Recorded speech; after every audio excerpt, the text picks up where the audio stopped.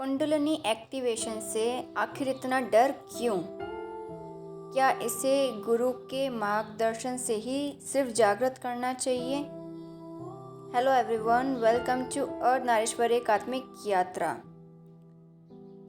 Friends, यहाँ मैं अपनी स्टोरी शेयर करना चाहूँगी।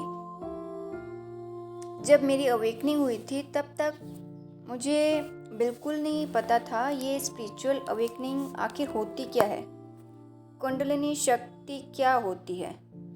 कुंडलिनी के बारे में कोई जानकारी ना होते हुए भी अवेकनिंग के ठीक 1 महीने बाद मैंने इनर वर्क शुरू कर दिया था। वो भी प्रॉपर मेडिटेशन मैंने स्टार्ट किया था। मेडिटेशन मैंने कंटिन्यू ही रखा, फिर भी 4 महीनों तक मेरी पर्जिंग होती रही।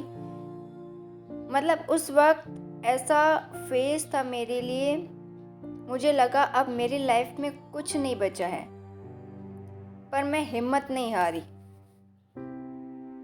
पर जब ध्यान के दौरान मेरी बॉडी में क्रियाएं होने लगी, 4 महीने तक तो सिर्फ मेरी पर्जिंग हुई थी। मुझे कुंडलिनी, स्पिरिचुअल अवेकनिंग कुछ नहीं पता था। बस मैं मेडिटेशन करती थी क्योंकि मुझे अच्छा लगता था, इसलिए मैंने उसको कंटिन्यू रखा था। मुझे पता भी नहीं था कि मैं किसी ट्विन फ्लेम जर्नी पे हूँ वगैरह वगैरह। पर जैसे 4 महीने हो गए तो उसके बाद धीरे धीरे ध्यान के दौरान मेरी बॉडी में क्रियाएं होने लगी। अलग अलग जो भी अनुभव करती गई वो सब मैंने गूगल पे सर्च किया। जो भी मुझे अनुभव होता था, मुझे ध्यान करते वक्त झटके बहुत ज़्यादा लगते थे। मेरी पूरी बॉडी चारों तरफ घूमने लग जाती थी, पर फिर भी मैं डरी नहीं कि ये क्यों हो रहा है मेरी बॉडी में, ऐसा क्यों मेरी बॉडी क्रियाएं कर रही है अपने आप। जो जो अनुभव हो रहा था वो सब मैं सर्च कर रही थी। देन मुझे पता चला कि मेरी कुंडलिनी जागृत हुई है। उसके बाद जाके मैंने सर्च किया ये कुंडलिनी जागृत होना क्या होता है। फिर स्पिरिचुअल अवेकनिंग के वीडियोस देखे और फिर जाके मुझे पता चला कि मैं एक ट्विन फ्लेम जर्नी पे हूँ। कुंडलिनी शक्ति को समझने में मुझे कम से कम 2 महीने लग गए कि कैसे ये वर्क करती है, इसके कुछ साइड इफ़ेक्ट्स हैं या नहीं, क्योंकि काफ़ी मिथ्या बातें इस शक्ति को लेके फैलाई गई हैं। तो मैंने स्टार्टिंग में मेरी जर्नी जब स्टार्ट हुई थी, अवेकनिंग मेरी हुई थी, तो मैंने तो किसी गुरु से कोई मार्गदर्शन नहीं लिया। मुझे तो पता भी नहीं था कि मैं किसी स्पिरिचुअल जर्नी पे हूँ, मेरी अवेकनिंग भी हुई है। तो और जहाँ तक बात है कि गुरु के मार्गदर्शन की, वो बात इसलिए कही जाती है बिकॉज 7 चक्रास जो होते हैं वो खुलने तक जो भी अनुभव होते हैं वो भयानक नहीं होते हैं। जब तक 7 चक्रास तक हमारा मेडिटेशन चलता है, जब तक वो अनलॉक होते हैं, तब तक जो भी हम एक्सपीरियंस करते हैं, चाहे वो बॉडी में चेंजेस आना हो, हमारे कुछ हेल्थ इश्यूज़ भी होते हैं, विजन्स वगैरह या ड्रीम्स में जो एक्सपीरियंस करते हैं, तो वो सब नॉर्मल ही होता है। ठीक है, हम कंफ्यूजन में रहते हैं, पर वो भयानक नहीं होते हैं। उसमें डरने जैसा कुछ नहीं होता है। पर 7 चक्रों से ऊपर जैसे आपकी यात्रा बढ़ती है, और भी 7 चक्रों के ऊपर के जो डायमेंशंस होते हैं, जैसे जैसे आप उनकी यात्राएं करते हैं, आगे आपकी जर्नी आगे बढ़ती जाती है, जो अनुभव होते हैं वो डराने वाले भी होते हैं। किसी के लिए होते हैं, किसी के लिए नहीं होते हैं।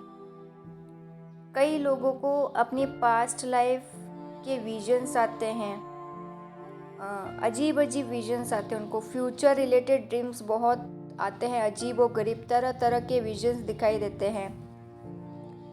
तो ऐसे में साधक परेशान हो जाता है, कुछ समझ नहीं आता है उसको कि ये क्यों दिखाया जा रहा है, उसको ऐसे ड्रीम्स क्यों दिखाए जा रहे हैं। तो इसलिए जब वो ड्रीम्स विजन्स समझ में नहीं आते हैं ना आपको, तो आपको आपकी जर्नी कॉम्प्लिकेटेड लगती है। और सबसे बड़ा खतरा होता है एस्ट्रल ट्रैवल में। जी हाँ फ्रेंड्स, यही साधक को संभल कर रहना होता है, क्योंकि अगर साधक को पता ही नहीं है कि देह से निकलने के बाद दोबारा उसमें कैसे आना है, तो यहाँ बहुत बड़ा खतरा होता है। इस कारण ही कहा जाता है कि गुरु का मार्गदर्शन लेना चाहिए। और इसके अलावा जो सिद्धियाँ मिलती हैं साधक को, उसका महत्व क्या है, सिद्धियों का किस उद्देश्य से मिलती हैं सारी सिद्धियाँ, तो ये सारी जानकारी एक सही गुरु ही दे सकता है। इसलिए कहा जाता है कि गुरु का मार्गदर्शन लेना बहुत ज़रूरी है। बाकी कुंडलिनी अपने आप में डिवाइन पावर है, उसमें डरने जैसा कुछ नहीं है। आप खुद भी जागृत कर सकते हैं उसे, और बिना डिवाइन ग्रेस के ये एवं किसी में भी जागृत नहीं हो सकती है। ट्विन फ्लेम्स होती ही स्पिरिचुअल सोल्स हैं। कुंडलिनी जागरण तो वरदान है उनके लिए।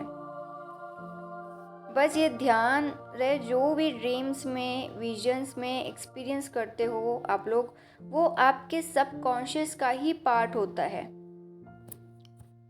तो किसी अच्छे कोच से काउंसलिंग लेके आप समझ सकते हैं अपने ड्रीम्स को, विजन्स को, अपनी जर्नी को।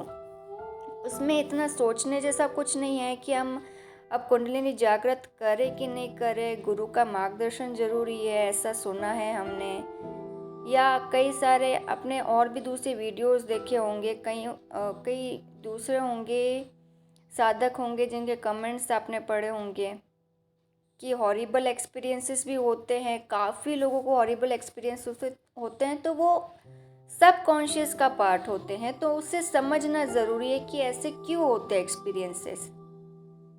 पर हम अपनी जर्नी ही शुरू नहीं करें, अपनी आध्यात्मिक यात्रा पर ही ना बढ़े, तो ये तो गलत है। मैंने अपना पूरा इनर वर्क कहीं से कोई काउंसलिंग लेके नहीं किया है, सब खुद से ही किया है। पर आप लापरवाही ना रखें। आप में से कई ऐसे हैं लोग जो लैक की कॉन्शियस में रहते हैं कि सेशंस के लिए पैसे क्यों देने।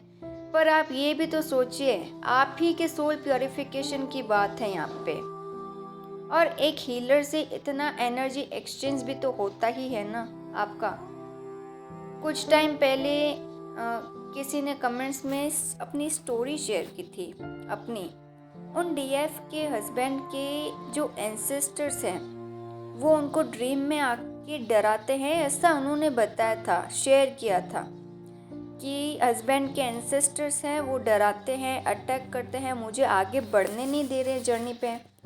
तो उन डीएफ को भी मैंने पर्सनल सेशंस लेने को ही कहा था, क्योंकि कमेंट्स में ही पढ़ के मुझे पता चल गया था कि इनका जो इश्यू है, स्टोरी है, वो कॉम्प्लिकेटेड है।